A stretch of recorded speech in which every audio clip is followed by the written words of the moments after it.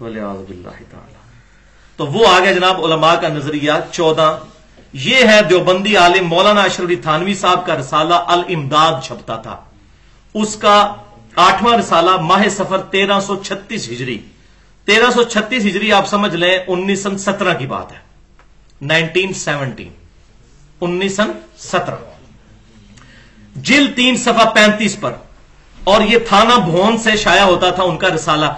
जैसे आजकल भी उलमा के रसाले निकलते हैं ना, मुख्तलिफ मुकातबे फिक्र के महाना निकलते हैं, बरेलवियों का अहले सुन्नत निकलता है, इस तरीके से अहले हदीस का निकलता है अल हदीस के नाम से, इस तरीके से देवबंद का शिया का निकलता है मुख्तलिफ। तो उस जमाने में अशरफ अली थानवी साहब भी अपना एक रसाला निकाला करते थे। अब उसमें वो सवालों के जवाब दिया करते थे। तो उनसे किसी ने सवाल पूछा, अब ये सुनिए, एक शख्स ने ख्वाब देखा और उसने कहा कि हजरत मैंने ख्वाब देखा है, ये सवाल का जवाब जरा आप इरशाद फरमाइए। मैं ख्वाब में क्या देखता हूं कि मैं कलमा पढ़ता हूं ला इलाहा इल्लल्लाह अशरफ अली रसूलुल्लाह वलियाज़ु बिल्लाह। फिर मैं बेदार होकर भी बेइख्तियारी में पढ़ रहा हूं अल्लाहुम्मा सल्ली अला सय्यिदिना व नबिय्यिना व मौलाना अशरफ अली नबिय्यिना अस्तगफिरुल्लाह। फिर उसने जब ये वाक्य वहां भेजा और कहा कि हजरत मैं बड़ा परेशान हूं, ख्वाब में भी पढ़ रहा हूं बेदारी में भी, क्योंकि इनके मौलवी कहते हैं तो ख्वाब है जी, ख्वाब में तो इख्तियारी कोई नहीं होता, इसमें अल्फाज है बेदारी में भी पढ़ रहा हूं। अच्छा, अब आपको कोई बंदा ये खत भेजे कि जी हजरत मैंने ख्वाब में देखा है कि मैं आपके नाम का कलमा पढ़ रहा हूं और बेदारी में भी मेरी जुबान पे यही कलमा जारी है, तो आपको क्या कहना चाहिए कि भाई तौबा कर, तेरे ऊपर इतना बड़ा शैतान का हमला हो चुका है कि तू इतना शैतान के हत्थे चढ़ गया कि तेरा अपना इख्तियार ही खत्म हो गया और तू ये काम कर रहा है। यही होना चाहिए ना। एक मोची से, शराबी कबाबी से पूछ ले, वो भी यही कहेगा, मेरे ज्यादा गुनहगार आदमी भी यही कहेगा। लेकिन अशरफ थानवी साहब ने क्या जवाब दिया?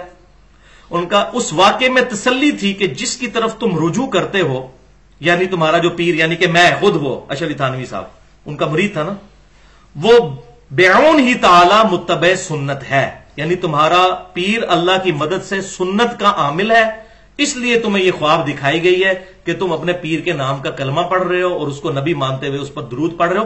परेशानी की कोई मसला नहीं है कि इसमें तो तसल्ली मेरे लिए हो गई है। अच्छा, अब मुझे बताइए, उस मुरीद को तो छोड़ें, ये जो जवाब दे रहा है बंदा, इसके ऊपर क्या फतवा लगेगा? चलो वो तो होश में नहीं था, ये तो होश में है ना, ये तो ख्वाब नहीं देख रहा। तो ये मैं इसलिए बता रहा हूं कि हर तरीके से बचाने की कोशिश करते हैं, और ये ना समझिएगा कि वो इन चीजों को मानते नहीं, इसमें मुनाजरे करते हैं पूरे पूरे। अल्लाहु अकबर, अस्तगफिरुल्लाह। अब वही का फैसला सुन लीजिए।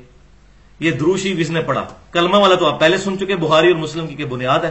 यहां फिर मैंने दुरूद शरीफ लगाया है, इन्नल्लाह व मलाइकतहु युसल्लूना अलन नबी या अय्युहल्लज़ीना आमनू सल्लु अलैहि व सल्लिमू तस्लीमा अल्लाहुम्मा सल्लि अला मुहम्मदिन व अला आलि मुहम्मद कमा सल्लैता अला इब्राहीम व अला आलि इब्राहीम इन्नका हमीदुम मजीद अल्लाहुम्मा बारिक अला मुहम्मदिन व अला आलि मुहम्मद कमा बारकता अला इब्राहीम व अला आलि इब्राहीम इन्नका हमीदुम मजीद। सूरतुल अहज़ाब की आयत नंबर 56 है और बुखारी और मुस्लिम की मुत्तफ़क़ुन अलैह हदीस है। जब ये आयत दुरूद नाजिल हुई तो रसूलुल्लाह ने हमें दुरूद इब्राहीमी सिखाया।